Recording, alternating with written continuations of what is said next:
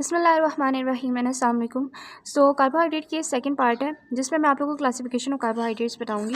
ये मैं आप लोगों को अपने नोट्स से बताती हूँ। समराइज़ किया हुआ है मैंने इनको। कार्बोहाइड्रेट बेसिकली इनकी 3 main classification, monosaccharide, polysaccharide and oligosaccharide and polysaccharide. Monosaccharide सबसे सिंपलेस्ट है, ठीक है। अगर मैं 2 मोनोसेक्राइड्स को जोड़ूँ या फिर 10 तक अगर मैं जोड़ती रहूँ तो हमारे पास ओलिगोसेक्राइड्स बनेंगे।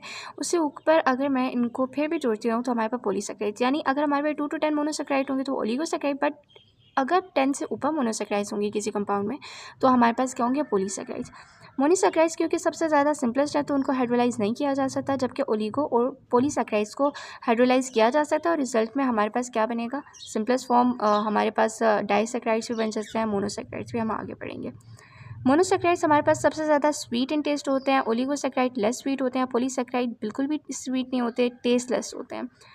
मोनोसेक्राइड को अगर मैं वाटर में डालूं तो हमारे पास सॉल्युबल होगा, ओलिगोसेक्राइड लेस सॉल्युबल होगा, पॉलीसेक्राइड बिल्कुल भी सॉल्युबल नहीं होता, इवन ये वाटर में कोलॉइड्स बना लेता है। मोनोसेक्राइड क्रिस्टलाइन की फॉर्म में होता है, ओलिगोसेक्राइड पे हमारे पास लेस क्रिस्टलाइन होता है और पॉलीसेक्राइड तो नॉन क्रिस्टलाइन होता है। अब मैं आप लोगों को मोनोसेक्राइड्स के बारे में थोड़ी और इन्फॉर्मेशन देती हूँ। मोनोसेक्राइड की क्लासिफिकेशन पढ़ाने वाली हूँ। सो बेसिकली मोनोसेक्राइड की 2 क्लासिफिकेशंस हैं। एक है हमारे पास, उनको 2 तरीके से हम क्लासीफाई कर सकते हैं मोनोसेक्राइड्स को, ठीक है। एक on the basis of number of the carbon atom, ठीक है, और दूसरी on the basis of their functional group. अब फंक्शनल ग्रुप कौन सा है, मैंने आप लोगों को बताया था कि फंक्शनल ग्रुप तो 2 ही हैं, ठीक है। एक हमारे पास एल्डिहाइड, ठीक है, और दूसरा हमारे पास कीटोन्स, ठीक है। और हमारे पास number of the carbon atom, यानी अगर हमारे पास 3 कार्बन एटम्स होंगे तो ट्रायोसिस, ठीक है, और 4 होंगे तो टेट्रोसिस। इसी तरह हम लगाते जाएंगे ओसिस सबके लास्ट में, ट्रायोसिस, टेट्रोसिस, देन पेंटोसिस, हेक्सोसिस एंड देन हेप्टोसिस। अच्छा, ये हमारे पास सबसे ज़्यादा कॉमनली फाउंड होते हैं, ठीक है। और नेचर में इसके बाद जो हमारे पास मोनोसेक्राइड्स आते हैं वो लेस कॉमन होते हैं, तो हम उनकी स्टडी नहीं करते होते। अच्छा, ये हमारे पास सतिया में बना हुआ है टेबल, जिसमें बताया है कि वो ट्रायोसिस जो कि एल्डोसिस हो, ठीक है, यानी कि हमारे पास एल्डिहाइड हो, ठीक है, तो हम उसको क्या कहेंगे, ग्लाइसरल्डिहाइड, ठीक है। और वो ट्रायोसिस जो कि हमारे पास कीटोन हो यानी कीटोसिस हो तो उसको हम क्या कहेंगे, डाईहाइड्रोक्सी एसीटोन। टेट्रोसिस का एल्डोसिस हमारे पास इरिथ्रोस, और इसी तरह टेट्रोसिस का कीटोस इरिथ्रोलोस, ठीक है। पेंटोसिस का एल्डोसिस राइबोस और पेंटोसिस का कीटोसिस राइबोलोस। हेक्सोसिस का एल्डोसिस ग्लूकोज और हेक्सोसिस का कीटोसिस फ्रक्टोस। हेप्टोसिस का ग्लूकोहेप्टोसिस और हेप्टोसिस का कीटोसिस सीडोहेप्टोसिस। अब अगर मैं आप लोगों से पूछती हूँ, अब छोटा सा आप लोगों का टेस्ट देती हूँ, अगर मैं पूछूँ कि हमारे पास वो हेप्टोसिस जो कि कीटोसिस हो उसको क्या कहते हैं, सीडोहेप्टोसिस, ठीक है। अच्छा, वो टेट्रोसिस जो कि हमारे पास एल्डोसिस हो उसको हम क्या कहेंगे, इरिथ्रोस, ठीक है। ये बातें इस वाले पैराग्राफ में इसने यही बताया हुआ है। अच्छा, नेक्स्ट अब हम जाते हैं मोनोसेक्राइड्स में। तो मोनोसेक्राइड्स में उसने क्या किया हुआ है कि सबसे पहले उसने आइसोमेरिज्म के बारे में बताना स्टार्ट कर दिया, क्योंकि मोनोसेक्राइड की ना सबसे जो जो कॉमन करेक्टरिस्टिक है वो है कि इसमें आइसोमेरिज्म फाइंड आउट होती है, ठीक है। मगर हम मोनोसेक्राइड के आइसोमेरिज्म वाले फिनोमेना को पढ़ने से पहले इसका एक बेसिक स्ट्रक्चर पढ़ेंगे जो कि इन्होंने आगे बताया हुआ है। चीज़ें काफ़ी शफल हुई हुई हैं तो मैं आप लोगों को कोशिश करूँगी कि सीक्वेंस में पढ़ा दूँ। अब जो हमारे पास मोनोसेक्राइड्स होते हैं उनकी अक्रेंस की बात की जाए सबसे पहले, तो मोनोसेक्राइड्स हमारे पास 2 तरह हमारे पास नेचर में फाइंड आउट होते हैं। एक हमारे पास ओपन चेन में, दूसरा हमारे पास क्लोज रिंग चेन में, ठीक है। अब जो हमारे पास ओपन चेन में होते हैं वो बेसिकली हमारे पास क्रिस्टलाइन फॉर्म में होते हैं, ठीक है, क्रिस्टलाइन फॉर्म में होते हैं। और जो क्लोज फॉर्म में होते हैं वो हमारे पास जब हम इनको सॉल्यूशन में डालते हैं तो तब हमारे पास ये क्लोज चेन में होते हैं, ठीक हो गया। जब हम ना किसी भी मोनोसेक्राइड को सॉल्यूशन में डालते होते हैं तो एक्चुअली हमारे पास होता क्या है कि जो हमारे पास ओपन चेन है वो हमारे पास क्लोज चेन में कन्वर्ट हो जाती है, ठीक है। मगर कुछ हमारे पास 1% जो हमारे पास मोनोसेक्राइड्स होते हैं वो स्टिल ओपन चेन में ही रहते हैं, यानी स्टिल हमारे पास क्रिस्टलाइन फॉर्म में रहेंगे, ठीक है। तो सॉल्यूशन के फॉर्म में हमारे पास 2 तरह के मोनोसेक्राइड्स होंगे, 1% हमारे पास ओपन चेन में होंगे और बाकी जो हमारे पास 99% है वो हमारे पास क्लोज चेन में होंगे। अब नेक्स्ट हमारे पास सवाल आता है कि ओपन चेन क्लोज चेन में कैसे कन्वर्ट होगी। अच्छा, ये बात बताने से पहले मैं आप लोगों को ओपन चेन के बारे में बताती हूँ। कुछ जो हमारे पास ग्लूकोज़ हैं, कुछ जो हमारे पास मोनोसैकेराइड्स हैं, उनका स्ट्रक्चर बताना चाहूँगी। जो सबसे इम्पॉर्टेंट है वो है हमारे पास ग्लूकोज, जो जिसमें हमारे पास 6 कार्बन एटम्स हैं, 1 2 3 4 5 एंड 6। ओके, अब इसमें हमारे पास, क्योंकि हमारे पास ये क्या है, एल्डिहाइड है, ठीक है, तो मैं इसकी एक जगह पे क्या लगाऊंगी, डबल बॉन्ड O, ठीक है, यानी कार्बोनाइल ग्रुप, और ऑपोजिट साइड पे H, ठीक है, और इसके सबसे नीचे क्या होगा। अच्छा, अब नेक्स्ट है हमारे पास क्या है, देखो इसमें OH भी है, H भी है। अब मैं क्या करूँ, OH यहाँ पे लगाऊँ या H वहाँ पे लगाऊँ, मुझे समझ में नहीं आ रहा। तो इसके लिए मैंने एक छोटी सी आप लोगों की ना निमोनिक बनाई है, ठीक है। जब आप लोग ना ग्लूकोज का स्ट्रक्चर बना रहे होगे तो आप लोगों ने क्या करना है, अपना हाथ ऐसे रखना है, ठीक है, बेसिकली इसको छोड़ना है सबसे ऊपर वाले को, ठीक है, और यहाँ से आप लोगों की फर्स्ट फिंगर आएगी, यहाँ पे आप लोगों की second finger, this is the third finger and this is the fourth finger. Okay, अब जो अगर आप लोगों की फर्स्ट 2 फिंगर्स ऐसे करके आप ओपन करोगे, यानी आपका OH यहाँ पे भी है, आपका OH यहाँ पर भी है, तो वो वाला जो हमारे पास स्ट्रक्चर फार्मूला होगा जिसका OH यहाँ पे भी और यहाँ पर भी होता है, उसको हम कहते हैं, यानी कहाँ पे, लेफ़्ट साइड पे, उसको हम कहेंगे मानोस, ठीक है।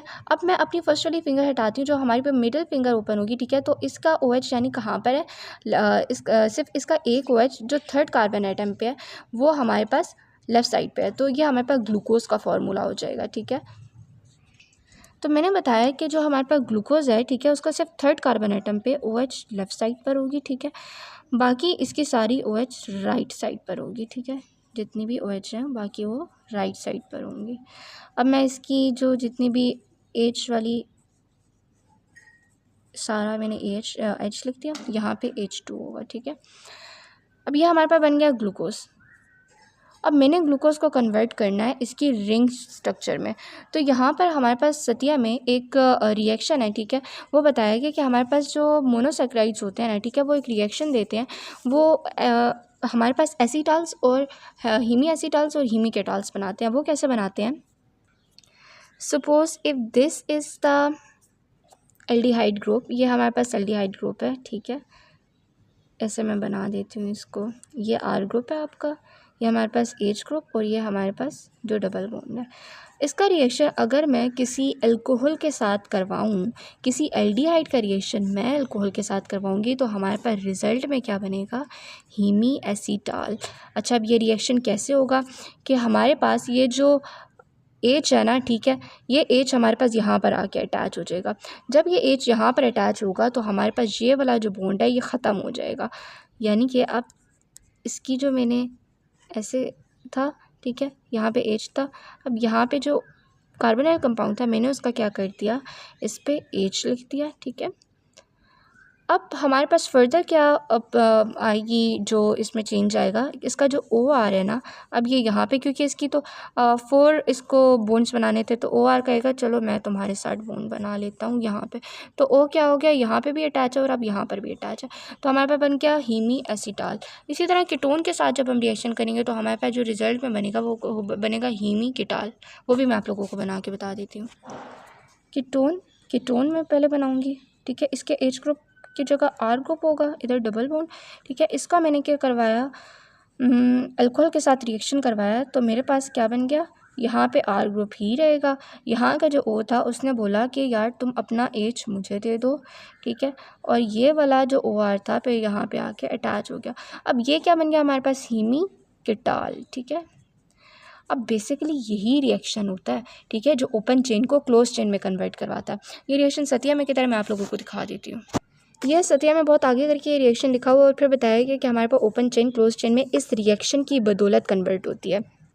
अच्छा, जब ये रिएक्शन हो रहा होता है ना, तो हमारे पास बेसिकली जो एल्डिहाइड होता है और जो अल्कोहल ग्रुप होता है वो हमारे पास मोनोसैकेराइड्स के दोनों के अपने ही होते हैं, ठीक है, तो इसके स्ट्रक्चर के अंदर ही ये रिएक्शन हो रहा है। अब होता क्या है, ये देखो, ये है हमारे पास, ये क्या, ग्लूकोज, ठीक है। अब मैं क्या करूँगी, ग्लूकोज की नंबरिंग पहले कर लेती हूँ, 1 2 3 4 5, तो इसका जो 6, इसका जो 5 वाला कार्बन एटम है ना, ठीक है, इसको मैं ये रिएक्शन करता है इस एल्डिहाइड ग्रुप के साथ, ठीक है। अब मैं ना इसको थोड़ा सा ना इस के स्ट्रक्चर को थोड़ा सा मॉडिफाई करती हूँ ताकि आपको ना समझने में आसानी हो। तो इधर जो एल्डिहाइड था, ठीक है, उसको मैं एल्डिहाइड ही रहने देती हूँ, ये एच था। अब नीचे जितना भी हमारे पास, नीचे जितना भी हमारे इधर तक है सारा स्ट्रक्चर, उसको मैं आर कह देती हूँ, ठीक है, कोई मसला तो नहीं है ना, ठीक है। अच्छा, अब नीचे जो हमारे पास ये जो हमारे पास एल्कोहल ग्रुप था, इसके भी जो कार्बन को है मैं आर कह देती हूँ, ठीक है। तो ये आर, इसको मैंने कह दिया, और ये हमारे पास ओ एच, ठीक है। इसका जो आर क्या है, ये सारा स्ट्रक्चर इसका आर, और ये इसके ऊपर वाला सारा मैंने एल्डिहाइड बना दिया। अब इसके बीच में ही रिएक्शन होगा। अब कैसे रिएक्शन होगा मैं आप लोगों को अगले पेज पे बताती हूँ।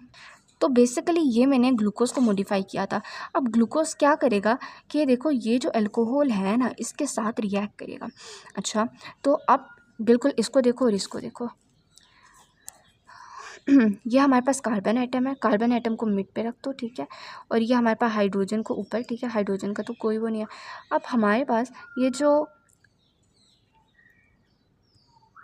सी डबल बॉन्ड ओ है ना, ठीक है, इसका एक बॉन्ड टूटेगा, ठीक है, और यहाँ पे हमारे पास क्या लग जाएगा बताओ, एच लग जाएगा ना, ये वाला एच, ठीक है। अच्छा, नीचे वाला बाकी सारा वैसे ही रखो, आर है, ठीक है, और ये नीचे आर। अब इसका एक ओ रह गया। अब मैंने क्या बताया था, ये ओ किसके साथ अटैच होगा, एक जगह से हमारे पास कार्बन के साथ अटैच था, दूसरी जगह पे आर ग्रुप के साथ अटैच, तो इधर मैं एक आर के साथ अटैच करती हूँ और दूसरी जगह पे मैं कार्बन के साथ अटैच करती हूँ। अच्छा, अब ये जो हमारे पास क्लोज चेन सी बनी है ना, इसको मैं कहती हूँ फिस्चर प्रोजेक्शन, ठीक है। ये भी बुक में लिखा हुआ है, मैं सारा आप लोगों को बताती हूँ। अब इसको ना मैं खोल के लिखती हूँ बिल्कुल, ठीक है। ये जो बना था यहाँ, यानी कि ये सी, ठीक है, हमारे पास क्या है, इधर ओ एच आ गया, ठीक है, यहाँ पे एच आ गया। जो सारी आर थी उसकी जगह मैं दोबारा से ग्लूकोज सारा अपना लिखती हूँ। सो ये है हमारे पास जो स्ट्रक्चर, ठीक है, जो कि हमारे पास क्लोज चेन में कन्वर्ट हो गया, और इसको हम कहेंगे फिस्चर प्रोजेक्शन। फिर क्या हुआ कि हमारे पास कुछ जब ये वाला स्ट्रक्चर आया था उसके कुछ सालों बाद या महीनों बाद, ठीक है, क्या हुआ कि एक और साइंटिस्ट आया और उसने क्या किया, उसने अपना जो इसको क्लोज चेन को कहा कि यार देखो क्लोज चेन तो ठीक से बनाओ ना, ठीक है। तो उसने अपनी एक क्लोज चेन बनाई, उसको कहते हैं होवर्ड्स प्रोजेक्शन, ठीक है। तो हमारे पास होवर्ड प्रोजेक्शन किस तरह थी कि उसने बोला था कि हमारे पास ये अगर ओपन चेन है ना, ठीक है, इसको अगर क्लोज चेन में कन्वर्ट करना है तो पहले ये मॉडिफाई होगी, ठीक है, इस तरह कुछ इसकी मॉडिफिकेशन होगी। अब इसमें जो हमारे पास जितने भी हमारे पास राइट साइड पे जो कार्बन के राइट साइड पे जितना भी कोई भी स्ट्रक्चर है, यानी अभी यहाँ पे क्या है, सेकेंड पे OH है, ठीक है, तो इधर से मैं इसकी जो नंबरिंग होगी वो यहाँ से स्टार्ट होगी, 1 2 3 4 5, और जो 6 वाला कार्बन एटम है उसको 5th के इधर रख दो, ठीक है, CH2OH, ठीक है, ये 6 कार्बन एटम। अब सेकंड के जो राइट साइड पे OH लगा हुआ है तो इसके नीचे क्या लगाएंगे, हम OH लगाएंगे। थर्ड के राइट साइड पे क्या है, 1 2 3, राइट साइड पे H है तो हम इसके नीचे क्या लगाएंगे, H। फोर्थ के क्या है, 1 2 3 4, फोर्थ के OH है तो हम यहाँ पे OH रखेंगे, और जो हमारे पास फिफ्थ है, ठीक है, उसके नीचे हमें ऑब्वियसली H ही रखना पड़ेगा। अच्छा, इतना हो गया। और अब जो फर्स्ट वाला है इसके आप ऊपर H लगाएंगे, OH, ठीक है। तो अभी मैं वैसे जो इसके यहाँ पे है OH, ठीक है, यहाँ पे ये लिख देती हूँ, बट मैं आप लोगों को आगे जाके एक बात इसके बारे में बताऊँगी। अच्छा, अब क्या होता है कि ये हमारे पास, क्योंकि इसको कन्वर्ट होना है किस में, हीमी एसीटाल में, तो हीमी एसीटाल में किस तरह कन्वर्ट होगा कि इसका जो डबल बॉन्ड है वो ख़त्म हो जाएगा, और ये डबल बॉन्ड हमारे पास किसके साथ बॉन्ड बना लेगा, इस कार्बन के साथ, ठीक है। इसने इस कार्बन के साथ बॉन्ड बना लिया और हमारे पास इस तरह ये क्या बन गया, हमारे पास होवर्ड प्रोजेक्शन। अच्छा, अब एक और बात कि हमारे पास जो फर्स्ट वाली कार्बन एटम होती है ना, इसको हम कहते हैं एनोमेरिक कार्बन एटम। अगर ये एनोमेरिक कार्बन एटम के जो OH है, ठीक है, इसके ऊपर होगा, ठीक है, अगर इसके ऊपर OH मैं लगा देती हूँ इसके नीचे के बजाय, तो हम इसको कहेंगे बीटा, और ये हमारे पास है क्या, ग्लूकोज, तो हम बीटा ग्लूकोज इसको कहेंगे, ठीक है। अगर इसके हमारे पास नीचे होता हुआ है तो हम कहते हैं अल्फ़ा ग्लूकोज, ठीक है। तो इसको याद कैसे करना है, मैं इसको अपने वक्तों में ऐसे याद रखती है कि birds fly high in the air, ठीक है, यानी कि हमारे पास जो बीटा होगा उसमें हमारे पास OH, ठीक है, तो OH क्या हाई इन द एयर है, ठीक है, इस तरह याद रख लें। अब अगर मैं नेक्स्ट आप लोगों को फ्रक्टोज की जो हमारे पास फिशर प्रोजेक्शन, होवर्ड प्रोजेक्शन बना के बताती हूँ, ठीक है। अब फ्रक्टोज़ में क्या होगा, फ्रक्टोज़ का स्ट्रक्चर है, ठीक है। फ्रक्टोज़ में क्या होगा कि जो इसका 5th वाला कार्बन एटम है, ठीक है, वो ऑब्वियसली इसके 2nd वाले कार्बन एटम, जो हमारे पास कार्बोनाइल कार्बन एटम, उसके साथ ही तो रिएक्शन करेगा, उसके साथ रिएक्शन करेगा। और यहाँ पे जो O है, ठीक है, वो क्या होगा, वो इसके साथ बॉन्ड ख़त्म करेगा और हमारे पास जो ये वाला H है, ये इस O के साथ अटैच हो जाएगा और ये वाला O हमारे पास इस तरह करके इसके साथ भी अटैच हो जाएगा और इसके साथ भी अटैच हो जाएगा। तो ये हमारे पास फ्रक्टोज़ की फिक्सचर प्रोजेक्शन है, ठीक है। ये O हमारे पास दरमियान में आ गया और ये वाला जो हमारे पास O था, ये OH में मैंने इसको कन्वर्ट कर दिया, ठीक है। बस होवर्ड प्रोजेक्शन किस तरह बनेगी, तो बेसिकली ये फ्रक्टोज़ का ऑक्सीजन एटम, ठीक है, और ये हमारे पास कार्बन एटम, इस कार्बन एटम के ऊपर ये बेसिकली ये वाला कार्बन एटम है, 2nd कार्बन एटम, इसके ऊपर क्या आएगा, 1st कार्बन एटम, इसके ऊपर 1st कार्बन एटम आ गई CH2OH, ठीक है।